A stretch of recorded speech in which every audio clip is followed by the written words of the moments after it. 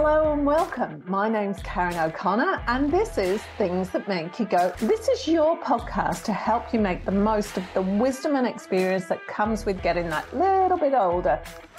Let's get right into it. Hello and welcome. It's a Ryan podcast again today. Hi. So we were talking the other day and I said something I'd be interested in having a conversation about is I don't know what you call it, the maturity age of a society and how it compares to human development. Is there an actual technical term for this? You know what, actually, there probably is, but I haven't come across it, which means it's quite a specific, psychological thing. But I think we all know what we mean. If I say that, for instance, a particular society is acting like a bunch of rabid, sugar-crazed kindergartners, whereas another society is acting a gaggle of preteen girls, I think we can get a very specific sense of precisely how that society is ordered. So I think the metaphor is there and it's intact, and we should be able to understand that. Yeah, right? That's exactly it, because I do look at certain aspects of society and go, oh, good God, can you just grow up?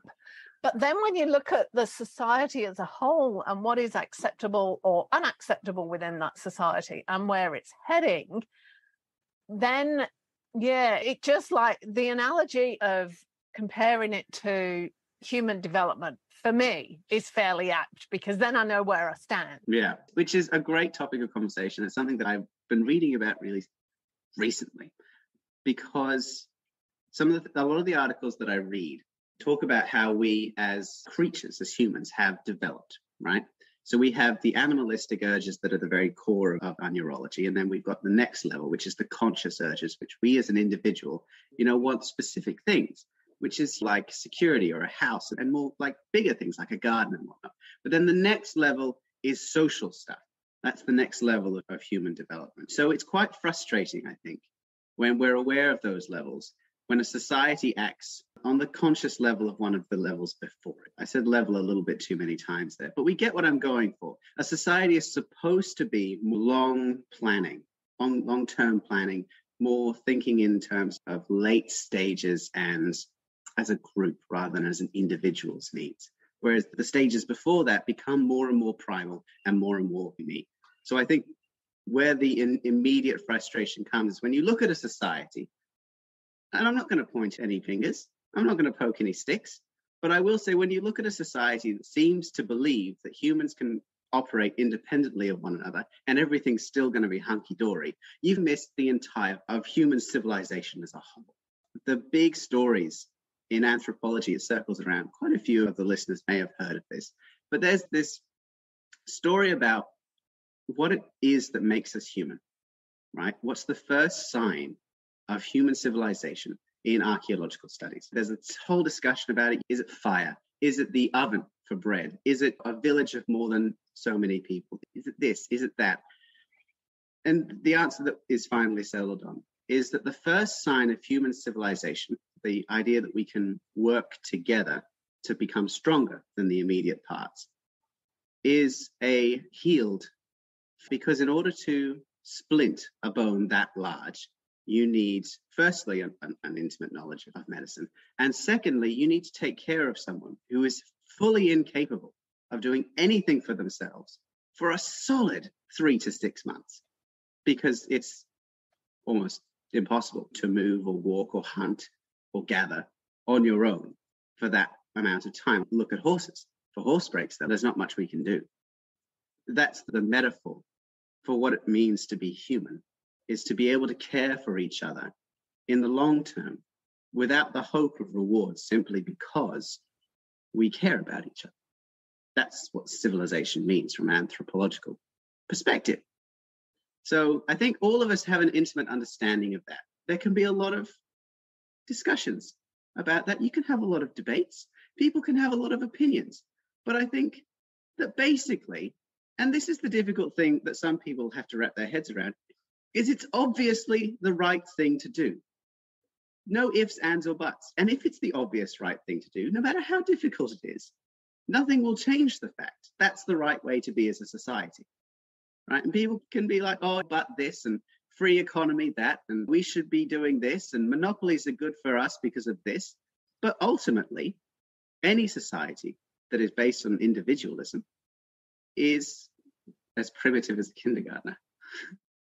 That's my feeling too. I watch, and I've said this a few times when I was talking to people about conspiracy theories and everything, because that ties in. It seems like a really immature behavior to me.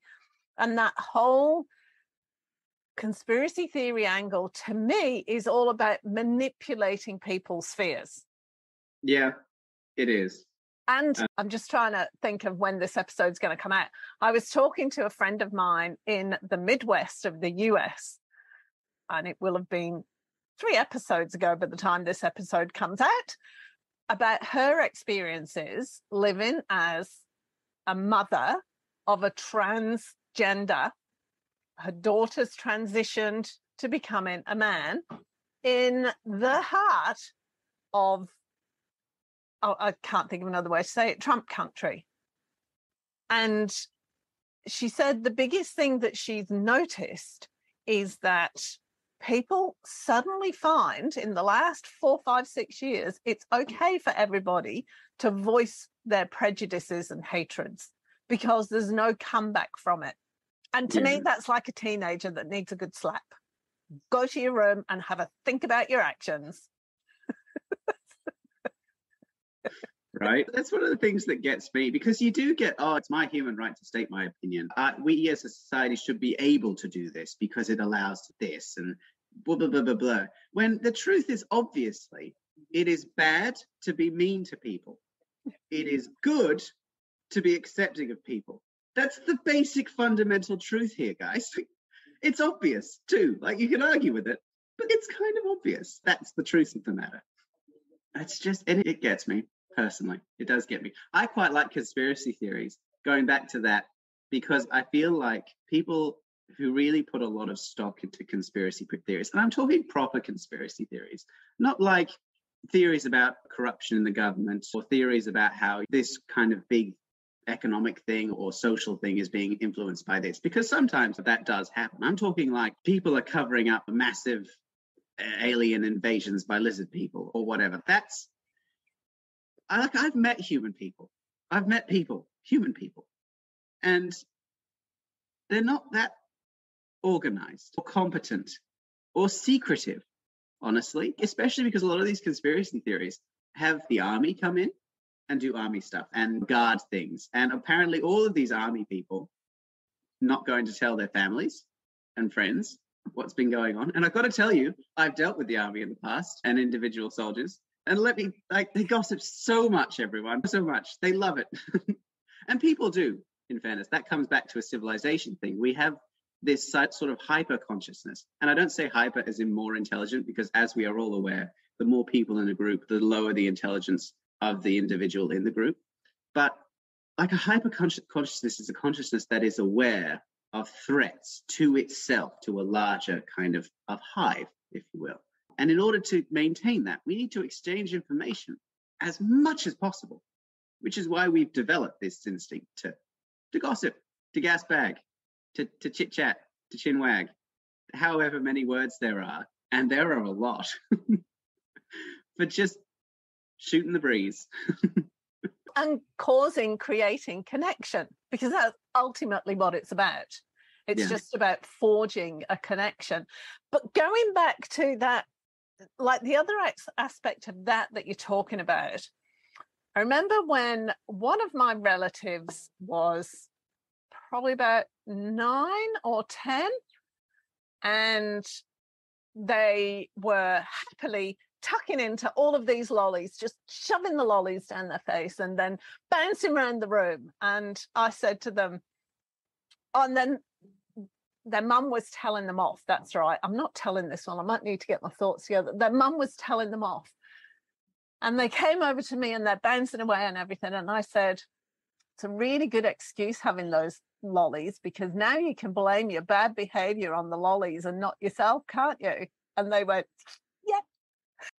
Yeah. And to me, that's when I hear the conspiracy theories and even the 2020 election deniers, it seems like it's an excuse for poor behavior.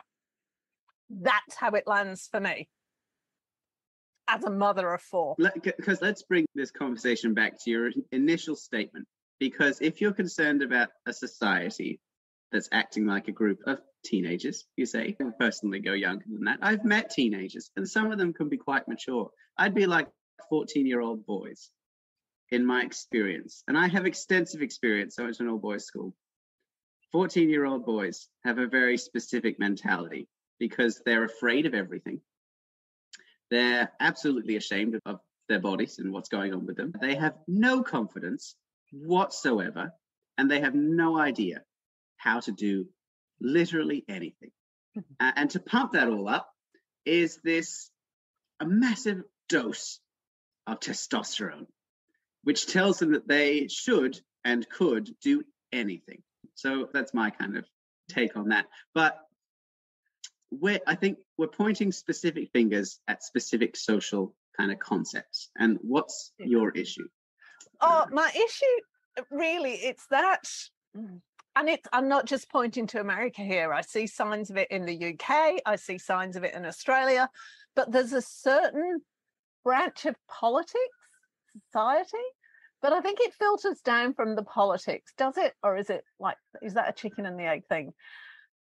Where it's immature, self-centered behavior that just wants to do an excuse to do what they want to do without having any responsibility and any consequences to their actions. That's what's annoying me. Because, I used to go through you when you did something or when you were thinking of doing something, I'd say, what is the impact going to have on other people? And what do you think the consequences will be? Not just for you, but for everybody else. And are you going to be able to live with that? Sometimes it's just a good old yelling. Sometimes I watch some TV shows with kids in it. And the kids, they're so rude. They're so rude in these shows. And I would never have dared speak back to an adult like that. I never, ever would have ever dared to do that. Because sometimes you need to be yelled at as a child, as a teenager, or as a fully grown adult human being. It's a good question, isn't it? Because obviously, in the year 2022, when we are able to punt massive metal tubes through the sky and communicate instantaneously with a person on the other side of the planet, like you would think that we don't revert to Stone Age thinking, right? Where everyone's a hunter-gatherer.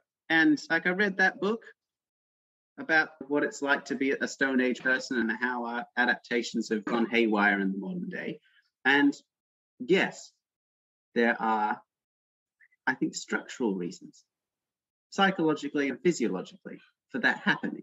There are. But I also think that we, and I think you would have the same opinion, we as humans, being conscious, have the responsibility to be better than that, to make the choice that we should continue to grow despite the obvious temptation to be a tantrum having little git, basically. I know as teenagers, 1 second you're really mature and responsible adults, and I go, oh, that's great, I've done a good job. And then you open your mouth and you turn into a 5-year-old again. And I'm like, oh, and maybe that back and forth is just part of growing up, but there doesn't seem to be anybody there holding people to account. I think that's actually the issue. Nobody's calling people to account. And and when I think about it, and when I think of like the Supreme Court in the US and what's happening with the January 6th committee, and I can't even read the news articles on that because they are so wishy-washy, like what the hell? Nobody is holding anybody to account. Nobody's actually doing anything. They're just talking about it. Yeah, I had something I was going to say, and it's just, I've completely blanked, because when you said that, I remembered that something that Martin Luther King said. He said that rioting is the language of change, or something along those lines, is the language of an unhappiness of community. And in this case, in things like this, I can understand why just talking about it is so frustrating, because talking about it is their way of doing things. Then again, they stormed Capitol Hill, like the heart of American democracy, and not much happened. That's what I'm talking about. There's been no consequences. None. They had trials, but that's like an actual literal attack. That's a declaration of war. Let me ask you this. If you'd trashed your bedroom the way that it happened on Capitol Hill, what do you think the consequences would have been? Do you think I would have had a conversation with you about it? I don't. I'm gonna one up this metaphor. If I'd strolled into the kitchen and taken your heavy bottom pans and then slapped them around the kitchen and used them to like deface the countertops and that, precisely what would have happened to me and how long would my life expectancy be? Because it wouldn't be very long, got to tell you guys. It worries me. It does me. I think that's actually at the heart of it. I think because, and going back to you were watching the children in the TV shows and everything. I don't know if you remember, but I used to block the American channels, Nickelodeon and Disney and the others, because I couldn't, and I still cannot watch the programs where the kids talk to the parents with zero respect. I just can't. Yeah, I can see. One of the things that I was reading about that is relevant, and I'd like your thoughts on this, is that statistically, fun fact, there is a correlation between the more posts on social media posted and lower IQ. I phrased that wrong. But the lower the IQ, the more posts they have. The higher the IQ, the fewer posts. My IQ must be through the roof at the moment then. I think it's the general kind of way that was opinion pieces, really, because it's just maths. The longer you take to think about your opinion, the longer it takes you to write a post. Whereas if you just send out an immediate spiel and you do that all the time, you're going to get heaps of opinion posts, which means that the average social media post does not represent the opinions of the average IQ person. Mathematically, it's a bit lower than that. And you can follow that kind of logic. It means that the average opinion that you see on social media is from people who don't think their opinions through, which I think explains quite a lot. But it means that we are constantly exposed to unthought out opinions and just vitriol and garbage all the time. And there's more of us than is represented on social media, therefore, like who actually think through our opinions. But we all seem to think that we're isolated, which is bad because we are a community. And it leads to us thinking that we have no power, I think, because we're isolated. And it seems like everyone else in the world is an idiot. It does, isn't it? It's twofold. So it's that individualism makes you feel, on the one hand, really important, and at the same time, powerless. It's a real dichotomy, isn't it? That it's a superiority problem. Here's a question. How much of the problems that we see in certain aspects of society are caused by the fact that as children and teenagers, people weren't held to account and didn't understand the consequences of their actions? Because to me, when I'm parenting, right, even when you're getting told off, yelled at, screamed at, or we have a conversation, and we have many a conversation, respect is a two-way thing. You only get yelled at when all else has failed, but you also know that respect has to go both ways. That disrespect that is seen as being okay, oh, that's just what teenagers do. No, they don't. No, they don't. That's what they're allowed to do because they think there's no consequences, and that's what it's okay for them to do. So how does that impact society later as they get older? Yeah, I have to say I'm of the same opinion about teenagers. I don't think they're naturally disrespectful. I think that people left to their own devices can be naturally disrespectful. I don't think it's teenagers. Teenagers are, let's not be unclear about this, they are disaster magnets. Do not think through their decisions before they make them. They can't. To be fair, so they can't. Yeah. That's the whole point. It's like all of life's lessons are crammed into about 4 years. And then your lessons become further and further apart. But you've got to make all those horribly embarrassing, mortifying, absolutely crushing mistakes in those 4 years or so. Yes. And some of those will be disrespectful decisions. You need to make those decisions in order to find out that they're disrespectful. Yeah, it's just logic, really. But to continue to make those decisions shows that you haven't learned that lesson, or that people haven't taught you that lesson. So can I answer your question with another question? Because it's something that I constantly wonder about, right? Because everyone's got their own circumstances, like their own kind of life reasons for being that way. They could have had a really bad life and not been sheltered, or all these kinds of things. Everyone's got their own kind of burdens and of problems and sob stories, if we're not being nice about it. But at what point do you hold someone accountable for the fact that they never became a conscious human being? Because a conscious human being looks at who they are and says, this isn't good enough. And how many people do you come across in the modern day who are like, I don't care about people because I just can't find it in my heart personally. I just not like that. I'm a pretty selfish person naturally, and it's my cross to bear. So I'm just going to keep doing it. Basically, honestly, I phrased that pretty funnily, but I am filled with an ungodly rage by how many people I meet who have that opinion of themselves. People, you can choose to care. It's as simple as that, and it hurts. It does. It hurts. People are terrible. But so at what point do you hold people accountable for the fact that they never learned those lessons when they were kids? Because you're fully capable of learning them as an adult, aren't you? Mm. So that's my question. When do you start holding people accountable? Because if you don't, you're treating them like an animal. Like they can't make that decision, but they obviously can. They're humans too. Where does your question come from, in terms of the person or in terms of the parenting? In terms of the person, because I know that your perspective as a parent will be from a parent's perspective, but my question's from a person's perspective, having never been a parent. But also, I think that while the role of a parent is very important, it's not the only people that child is going to encounter in its life. Like, we're going to encounter all sorts of people. And as you're aware, that other people, because all 4 of your children had the same parents, we all encountered different people. And yes, there's a genetic aspect to our different personalities as well. But you can tell that the different people that we encountered had different impacts on our personalities, siblings being quite a large part of that as well.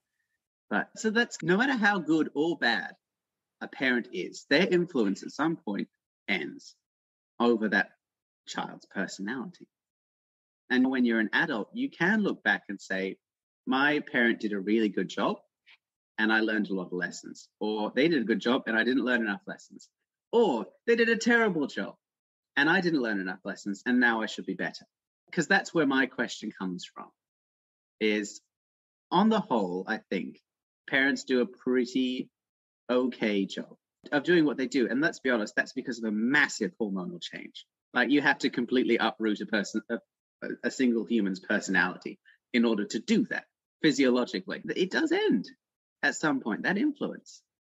So that's where that kind of comes from. I get it. So it's more at which, really, you've got no excuse from the time you're in your early 20s.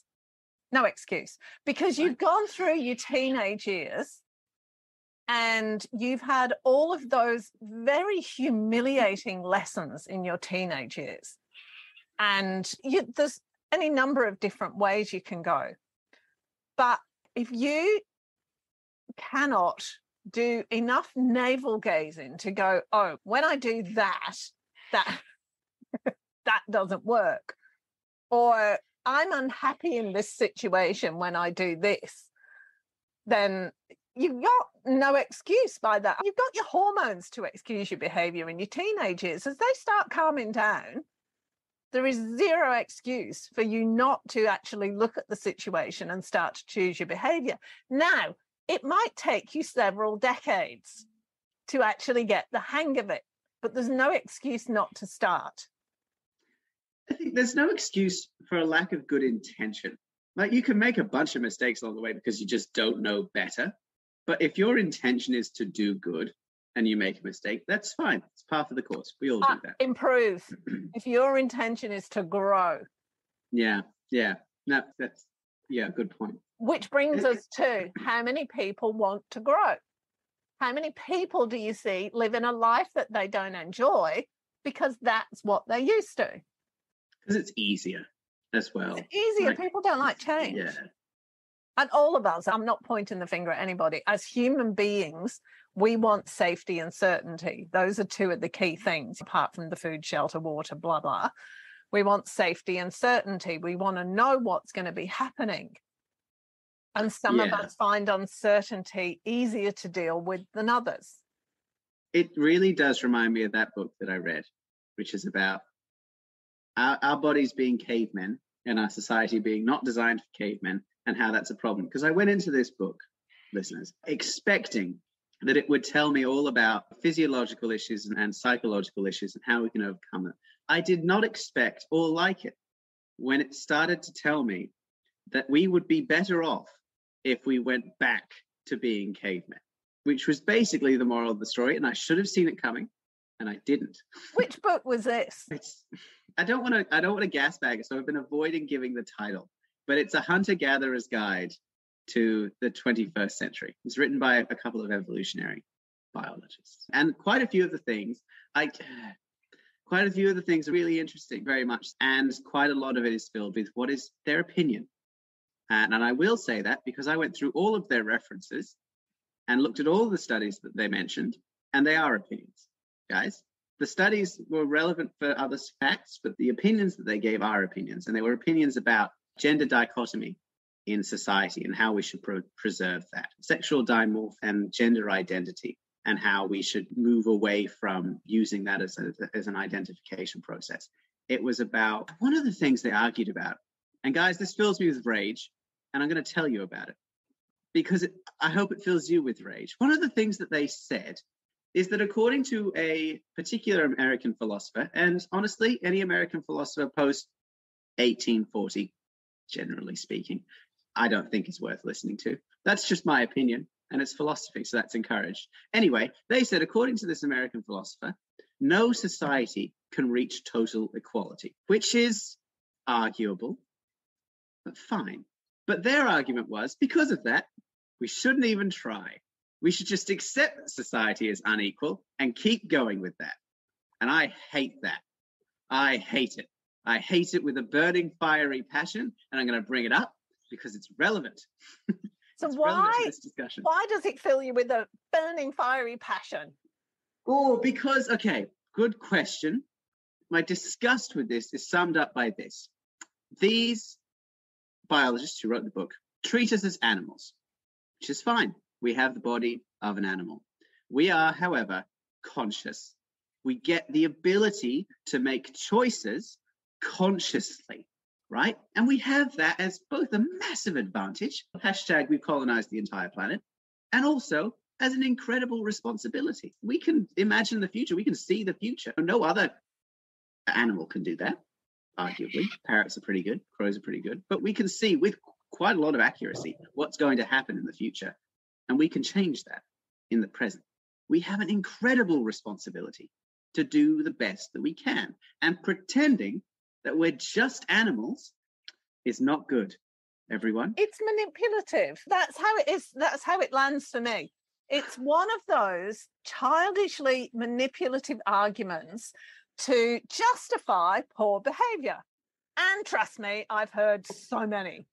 But I used to say to you, like, don't ever try and manipulate me. Not ever. And that's how that lands for me. It's a manipulation, a justification for poor behavior. Look, we've got all this historical, empirical research data that justifies what we're doing. But just forget all of that stuff. We'll just keep going with this book. I do want to say has some really interesting stuff. It's got good points about how cultural knowledge is passed down through a society. It's got excellent points about how we process stimuli and how we digest food, how we sleep, all those kinds of things. Very, very good stuff. And it's just brought down by the fact that I think as human beings, these people aren't the kind of people that I would ever want to share a cup of tea with. It fills me with I spent 3 days fuming about this book when I read it.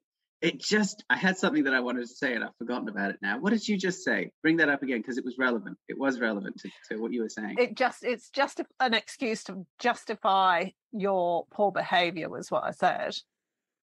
Was it that, or was it something else? I think it was something else. I was talking about it being manipulative. Oh, it's gone. It'll come back to me. Anyway, this book is fine. You see, that was the other thing that came up for me then, because you went, yeah, but the book has some good points. That's part of the manipulation. Okay, one of the reasons that it infuriates me so much is that it's got this whole bit about how we are opinion propelled. When we see something that has opinions in it that we don't like, even if it contains good facts, we throw the article out offhand because we don't like the opinions in it. And I was like, excuse me, that's rude. I'm going to finish this entire book and I'm going to rant about it to everyone and tell them that it has good points, but also tell them how much I hate it. See how manipulative it is? I have spent weeks fuming about this book, everyone. Because you're right, they manipulated me into doing that. And I made a conscious decision to actively resist and play into their manipulation, because they were baiting me into throwing out that kind of thing forthwith. And I was tempted to write a full essay on why I thought they were idiots and send it through to them. And I still might. If I had a free week, I probably would, because there's a lot there.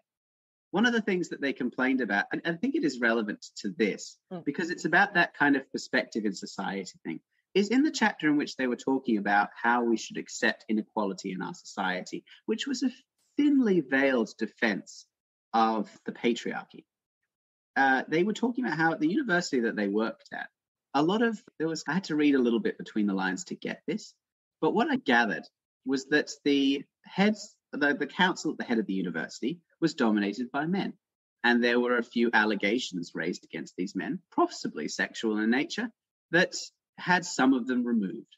Even though they were excellent academics and had long helped the university in its fact-finding endeavors, they were removed and replaced with people who were primarily women, which got me, because they were just complaining about how it's okay for society to be unfair, and then complained about how unfair it was that we went in the other direction, which I think is relevant to this discussion. Because people who excuse their terrible behavior are then unhappy when they're treated terribly. Like the riots on Capitol Hill. Quite a few of the things that I've seen have been them saying, this is unfair, it's undemocratic, it's blah, blah, blah, blah. You did an active declaration of war against the most powerful country on the planet. You're lucky you're alive. Can you imagine if that had been another country? If Canada had waltzed up to Capitol Hill? But they're not. That's the problem, because there is no consequence for poor behaviour within that kind of society. There's no consequence. And it's an immaturity thing. Yeah. But anyway, let's go back to the manipulation thing, because that's what you're saying about there are good points in there. That is exactly how conspiracy theories, cults, any of that kind of thing pull people in, because they go, oh no, this is actually quite reasonable. And slowly they bring in more stuff that is actually completely against what you want, what you believe in, but you're going, oh yeah, but they said this good thing before. Maybe I need to go and think that. I need to understand where they're coming from. It's pure manipulation. It is. And listeners, if you do get this book, I know you might be tempted to read it because I've told you how terrible it is. So I will give you this warning. You'll get about 4 chapters through and you'll be like, this is really interesting. Then you're going to get to a chapter about education and how bad it is for us as animals. And you're going to read that and you're going to think, obviously, we all knew this is not new information. And then you're going to start getting to the problematic chapters. And then you can throw the book away. So do they say our education system is broken, or that we shouldn't be educated? They argue for, honestly, it's difficult to tell at this point. It got a little bit wiggly. Education is obviously good, but they do state that kids who are allowed to learn their own lessons, they put it that way, have a fairly high success rate of learning. One of the things they do point out is a study that was run on kids who were supervised in the playground. Fun fact for you, student societies are fairer, more just, and have justice systems in place when they're unsupervised. I know it's not our instinct, but it happens naturally. It's part of what makes humans. And it's not necessarily, again, fair, but it does exist. Those justice systems do take place. That's why there's always popular groups and groups of weirdos, because society naturally makes its own hierarchy and justice system. But that's fine. But they were saying, like, the stuff that I agreed with is obviously, if you cram 60 kids into a room for 8 hours a day, 5 days a week, and tell them to memorize things, it's not going to be great for their development as people. I don't think that's a controversial point, everyone. I'm not saying we shouldn't learn things. Really, we shouldn't. But I've got to say, I learned so much more at uni than I did at school because the learning environment was way better, even though structurally it remained almost identical. It was just about the amount of freedom that I had in order to learn. But I was the same. I left school at 16 because I just could not hack it. But the minute I went, so I failed my O-levels miserably. I think I had a year. I worked for 6 months, and then the following year I went to college to do my O-levels and my A-levels, and it fine, took off. Nobody was making me go. If I wanted to turn up, I'd turn up. If I wanted to hand the work in, I handed the work in. If I didn't, my problem. And I dealt much better in that environment because it was my choice. Yeah. And in general, one of the things they say in this chapter is that kids are built to learn, and they are built to learn. They are just knowledge-sucking machines. But people are built to learn. Like, kids have a mild advantage over adults, but the advantage that we think they have is much less than it actually is. We as humans are built to gather information and find patterns. Like, we're exceptionally good at it. We're so good at it, and we just don't use it. We are filtered into a job in which all of the facts that we ever come across are identical, day in and day out. And so we don't learn anything. And shockingly, that's bad for us. But education is the way it is, and daycares are the way they are, and universities are the way they are, and jobs are the way they are. But because at this scale, we kind of need them to be that way in order to function as a society. And that makes a new problem. I'm not arguing that we should just go into anarchy. But it's no surprise to anyone that these things are bad for the animal that we inhabit. Yeah, I'm just going on towards, sticking with the, I don't know, do I want to go there? I just wanted to talk about gun control and this debate over gun control. In the US, in Australia, we had that mass shooting when you were little. When was it? 97, 98? And it would have been, I think it was 96 actually, but yeah, go on. And the government said, everybody hand in your guns, and we all did. It's like in Australia. That was after one shooting down in Hobart. It wasn't even in one of the big cities. It was outside of Hobart in Tasmania, which has got a population of what, maybe 100,000? Maybe. Then, yeah, it would have been. It was tiny, and it wasn't even in the centre of Hobart. It was on a little town outside of Hobart. It's in Port Arthur, which is one of the old colonialist sites. I've been there. The population is practically zero. 10. I was going to say 10. It's about 10. But this whole argument about gun control and my right to carry a gun to defend myself, and I don't get it. I just cannot get my head around it because it seems the most immature aspect of everything that's going on. What gets me about gun control is because hunting rifles are practically used for killing people. The shooting rate is quite low, and unless you're hunting like elk, it's not going to do a heck of a lot of damage unless you hit a really specific area on a person. But when you get like semi-automatic rifles, like they're built for one purpose and one purpose alone. They don't have another reason to exist. They are just to kill humans. Like even knives. have a lot of uses other than just stabbing people. I have so many knives in my house for various things. And it's because they're so useful. But guns, especially all the stuff, you saw the pictures on Capitol Hill. You saw the guns they had. They were for killing people. That's what they like. You wouldn't use that to hunt even elk. If you went up against a bear with a semi-automatic machine gun, I would be concerned about your mental health. And if I'm concerned about your mental health and you have one of those things, we have a big problem. And even like the vitriol that comes from this campaign, like it's not even about taking away all the guns. Just get a license. We have to get a license to drive a car, which can do infinitely less damage. Cars aren't built to kill people, but you need a license to drive them. Mental health certificates, constant updates for your license to ensure that you're licensed to have it. Control ammunition. That's what Switzerland does. They don't necessarily, I don't know too much about it, but I think they don't really do too much gun control itself, but they do control ammunition. But then again, I think national service is required for everyone. So you're trained properly. It's a militia situation there, which is different than in the United States, where they have the right to bear arms. The amendment's so important, they added it third. I don't get it. And it's about individualism, isn't it? I can't trust the government. I can only trust me.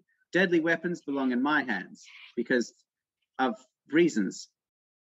Because I won't kill you if you don't try to kill me, but I'm going to have this gun in case you try to kill me with a weapon identical to the one that I'm going to kill you with if you try to kill me with your weapon. It's very immature. Like, to me, I don't get it because it's really childish. I don't get it. If you want to defend your home, a gun is not going to help. In fact, statistically, guns cause more harm to their owners than they do to home invaders. More people were killed by 2-year-olds in the United States than home invaders were killed by guns, I think in 2019. Because if you've got a gun lying around, especially if it's loaded, you idiots, and a 2-year-old gets to it, you're screwed. And then what's he done to that child? I remember you asking me when we moved onto a biggish parcel of land back in 2014. And you said, we need to get a gun, Mum. Ryan had been in the Army Cadets, so he knew how to shoot. And I'm like, we're not getting a gun. We're not having a gun. I'd been there about 6 months, seen all the rabbits and the feral everything. I'm like, we need a gun. I had wild dreams about making rabbit stew and things like that. Not aware of the myxomatosis problem, everyone. Don't eat wild rabbits. Yeah. So we kind of gone round in a big circle now, haven't we? Where are we going with this now? Let's bring it back to the original topic question, which is, why are societies childish? Or are societies childish? What's the reason that we think that? Because my initial answer was, I think that children are measured on the fact that they don't yet think of themselves as the same as everyone else. They don't have a filter in their brain that distinguishes other people as specific objects that have their own mind inside them. They just think that they're objects. Whereas when you get older, you do realize that other people have the same thoughts and emotions as you. And in doing so, you develop compassion. So the childish society is one that doesn't have compassion amongst itself. Yeah, I suppose so. I'd put it slightly differently in that I'd say it's actually more to do with consequences and impact. Because if you've never been taught the consequence, that every single action of yours has a consequence, not just on you, but on everybody around you and on events and everything else, and you don't know what the impact of that is, what is the impact going to be on yourself and everybody else? And that's slightly different to consequences. The impact is a long-term thing. Consequences are immediate. You are not able, it's the ability to see those two things that dictates maturity. Yeah. And that's the missing. Because if you're only thinking about, I want to do this, I want to go here, I want to do that, I want to do the other, this is what I want to do, and I'm right to do this. If there's no forward thought, then that puts you at the level of a 3 or 4-year-old who sees all the baubles on the Christmas tree and one by one smashes them until they're all gone, and then gets upset because they've all gone. Think about the consequences. Yeah. So a mature society would filter the decisions that they make through the question of what's the consequences and impacts, rather than what do I want for an individual. If you'd be a rubbish chess player, and I am actually no good at chess. I'm quite good at chess. Fine. That's what that's all about. Mapping out your actions, looking at the consequences. What's going to happen if I do this? Inability to do that leads to this kind of behavior. And it could be, don't get me wrong, this could be that some people are just so selfish and so narcissistic that they really could not give two hoots about it. And there's quite a lot of them in politics. Let's face facts. And at the top, CEOs of companies, there's a lot of them. But there's not that excuse for 99% of people. No, there's not. That's just my humble opinion. And I do want to slap various aspects of society right now. Yeah. The moral of the story, and that's the issue. We can't just slap people and make them do better. If only we could, things would be a lot simpler. But we can't. So I think what we should end on is what we should be doing to try to combat that, I think. What do you think? I think all you can do is be the example you want them to be. That's all you can do, because otherwise you're just behaving badly as well. So it was like whenever you lot did something, and to be fair, there were a fair few times where I completely lost it. Totally lost it. You look like you got a crown coming out of your head at the moment. It's my life. I was looking at you going, he's got a princess crown on, or maybe it's a spaceman's helmet beaming you up. I don't know. It's a lie. Yeah, we can only be an example of behavior. That's all we can be. And it's going to take a long time and there's going to be a lot of setbacks. But that's all we can do, is not allow ourselves to be dragged down to that level. But one thing we have to stop doing is giving up on consequences. So all of this baloney about the January 6th committee, actually take some action. Stop pussyfooting round and being politic about this, and just explain what the consequences are. Riot. It's just, I think that's what I don't like, that inability that is in politics to actually go, and even in legal circles, to actually go, no, here's the line. Here's the line. You cross the line. Yeah, it's frustrating that dictatorships don't work, because it's practically the only way to get things done. It is, really. Yeah. It's extremely frustrating that they don't work. Yeah, committees don't work. The political ideal that I've landed on is that bad people want to remain in power. And in my experience, good people tend not to want to remain in power. They want to be left alone to their own devices so they can have a garden or whatever. What we should do is, as often as possible, rotate the people in power. Do not keep people in or parties or organizations in power for very long. You want them to rise and then fall, because that encourages them to not just think about how they can personally gain from this, because they'll only gain in the short term. In Malaysia, I think there's 7 states, and somebody might want to correct me on this, but I think there's 7 states. And the king, prince, queen, or whatever of each state takes it in turns to be king of the country or queen for 7 years. And then they swap. See? But this business of a lifetime position of power in government, in the judicial system, whatever, needs to go. Yeah. That needs to go. That's not good. That's bad. Not healthy. I mean, I could see why it would work with a monarch, because you're raised and educated for a specific purpose. And I would like to point out, it mostly didn't work. It sometimes worked, but it mostly didn't work.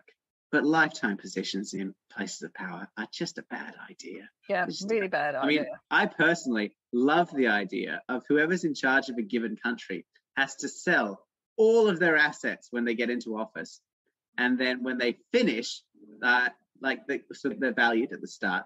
And then if the economy grows over that time and the average wealth increases, then their wealth increases. But if it goes down, their wealth goes down. Yeah, I like that. It's harsh, but I think it would work.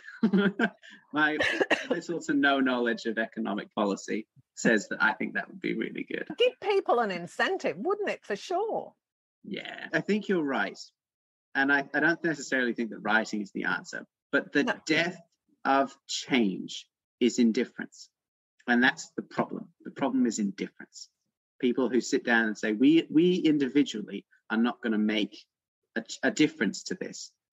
But look at the like how many people live in America? It's a ridiculous number. It's 350 million or something. 350 million. That's so many people. That's way too many people. Imagine if just a third of them at the same time protested. It's just a third of them. One in 3 people at the same time refuse to do work for 2 hours. You don't even need to march on the street. Just refuse to do work for 2 hours. They would repeal that law instantly. You can't fight against that kind of numbers, but everyone seems to think that they won't make a difference. And it's true if you are alone. But the more people are like, I might not make a difference, but I will anyway, try, that is. The more people think that way, the more difference we're going to make. Guys, it's maths. So that's what I think. Like, it's that old Indian proverb, is it? Where the Indians walking along the beach and there's been loads of starfish washed up. And he's picking one up and throwing them back. And the guy with him said, but look at all these starfish. You can't make a difference. And he picks one up and throws it and says, made a difference to that one. It's that analogy. Yeah. You gotta do it anyway. Even if you lose, you gotta do it anyway. You just keep going. Stand up or be what is important to you. It's not even stand up for it. It's be what is important to you. Yeah. God, we got on our moral soapbox then. Better finish up on that. We did. I know, it was great. Let's call it there. It's been about an hour now, I think. These are what our phone calls are usually like. Soapboxy, and just we put the world to rights, which is a lot of fun. Yeah, it is. It is. And look, people can poke sticks at it. You could be like, oh, it wouldn't work for this reason, it wouldn't work for that reason. But I remind you, despite all of your reasons, the obvious truth is we should all just be good people. And that's all we're arguing for, really. That is all we're arguing for. You can argue against or for gun control as much as you like, but which one is better for a population rather than an individual? That's all it is. Thanks, Ryan. And scene. Bye. Bye. If you enjoyed this episode, be sure to subscribe so you're notified when a new episode is posted, and rate and review this podcast and share it with your friends, please. Thanks so much for listening, and I hope you're leaving with some great ideas that can make a difference in your everyday life. Until next time.